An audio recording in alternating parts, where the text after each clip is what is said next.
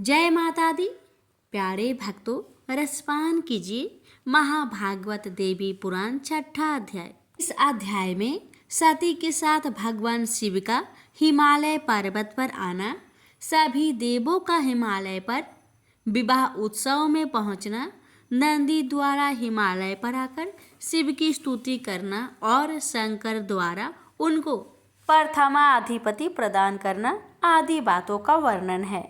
महादेव जी बोले, हिमालय के श्रेष्ठ शिखर पर सती के साथ महादेव जी के आ जाने पर सभी देवगण भी वहां पहुंच गए।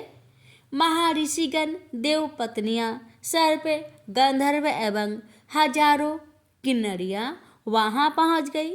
सखियों के साथ मेरु दुहिता, गिरि वंद वनिता, मेनका तथा मुनि पत्नियां भी वहां आ गई।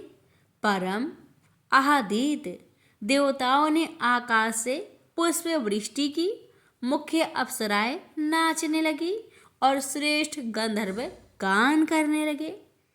सभी स्त्रियां समारोह पूर्वक विवाह से संबंधित मांगलिक कृत्य करने लगी और सभी प्रथम गणों ने प्रसन्न होकर भगवान शंकर एवं सती को प्रणाम किया और वे ताली बजा बजाकर नाचने तथा गीत गाने लगे। तदंतर सभी श्रेष्ठ देवगण सती और देवेश भगवान शंकर को प्रणाम कर तथा उनकी अनुज्ञा प्राप्त कर अपने अपने स्थान को चले गए। मुनिश्रेष्ठ उसी प्रकार अन्य सभी लोग प्रसन्नता पूर्वक अपने अपने स्थान को चले गए तथा मैना आदि स्त्रियां भी चली गई। परम सुंदरी कोमलांगी सती को देखकर मैना मन में सोचने लगी कि जिसकी यह पुत्री है वह माता धन्य है।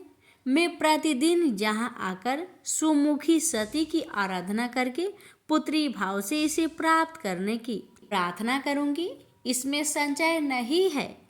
इस प्रकार गिरिराज पत्नी मैना मन में विचार करके त्रिलोक माता अंबिका को कभी भी नहीं भूल पाई। शंकर प्रिया सती के घर प्रतिदिन आकर वे उनके प्रति परम स्नेह भाव से प्रीति बढ़ाने लगी। तदंतर एक बार बुद्धिमानों में श्रेष्ठ ज्ञानी और शिव भक्त नंदी जो दक्ष की सेवा में थे वहां आए और उन्होंने भगवान महेश की भूमि पर गिरकर दंडवत प्रणाम किया। वे बोले, देवाधिदेव प्रभु, मैं प्रजापति दक्ष का सेवक और ब्रह्म ऋषि दधीची का शिष्य हूँ, जो आपके प्रभाव को जानने वाले संत हैं। देवेश शरणागत वत्सल, आप मुझे मोहित मत कीजिए। मैं आपको साक्षात परमेश्वर और परमात्मा के रूप में जानता हूँ। मैं सृष्टि स्थिति और संहारकारिणी भगवती सती को मूल प्रकृति के रूप में जानता हूँ।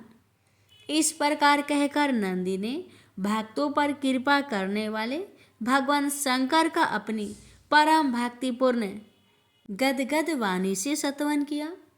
नंदी बोले, शिव, आप त्रिलोकी के आदि परम पुरुष है और समस्त जगत के सृष्टि पालन एवं संहार करने वाले भी आप ही हैं।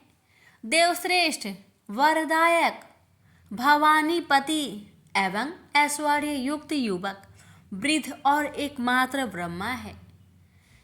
हेमध्वल कांति से युक्त शशि समूह को पराजित करने वाला और अर्ध चंद्र धारण किए चंद्रमा के समान 5 मुखों वाला सुंदर आपका स्वरूप अचिंतनीय निर्मल नागमणि से सुशोभित सर्प रूपी आभूषण को सिर पर धारण करने वाले और ब्रह्म आदि देवताओं के द्वारा पूजित युगल चरण कमल वाले आपको मैं नमस्कार करता हूँ।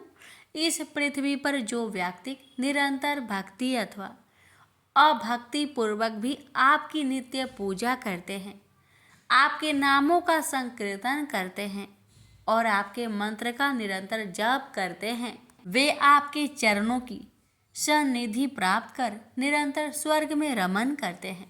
प्रभु पशुपति, आप देवाधिदेव को छोड़कर दीनों पर दया करने वाले और कौन है? महादेव जी बोले, मुनि। नंदी की स्तुति सुनकर भगवान शंकर उनसे बोले, नंदी तुम्हारी क्या इच्छा है, मांगो, वह मैं तुम्हें देता हूँ। नंदी ने कहा, जगदीश्वर, मैं आपका हमेशा निकट रहने वाला दास बना रहूं और अपनी आंखों से नित्य आपके दर्शन करता रहूं, यही आपसे याचना करता हूँ। शिव जी बोले, बात से जो तुमने मांगा है निश्चित रूप से वही होगा। अवश्य ही तुम हमेशा मेरे समीप निवास करोगे। पृथ्वी पर जो मानव इस स्रोत से भक्ति पूर्वक मेरी स्तुति करेगा, उनका तीनों लोकों में कभी अशुभ नहीं होगा। इस मृत्यु लोक में दीर्घ काल तक रहकर वे अंत में मोक्ष प्राप्त करेंगे। महामते, तुम मेरे इन प्रथम गणों के अधिपति होकर मेरे इस शिवलोक में निवास करो। नंदी, तुम मेरे प्रिय भक्त हो। श्री महादेव जी बोले, मुनि श्रेष्ठ, इस प्रकार वर प्राप्त करके भगवान शंकर के प्रभाव से नंदी शिव के गणों के अधिपति हो गए। प्रेम से बोलिए, जय माता दी।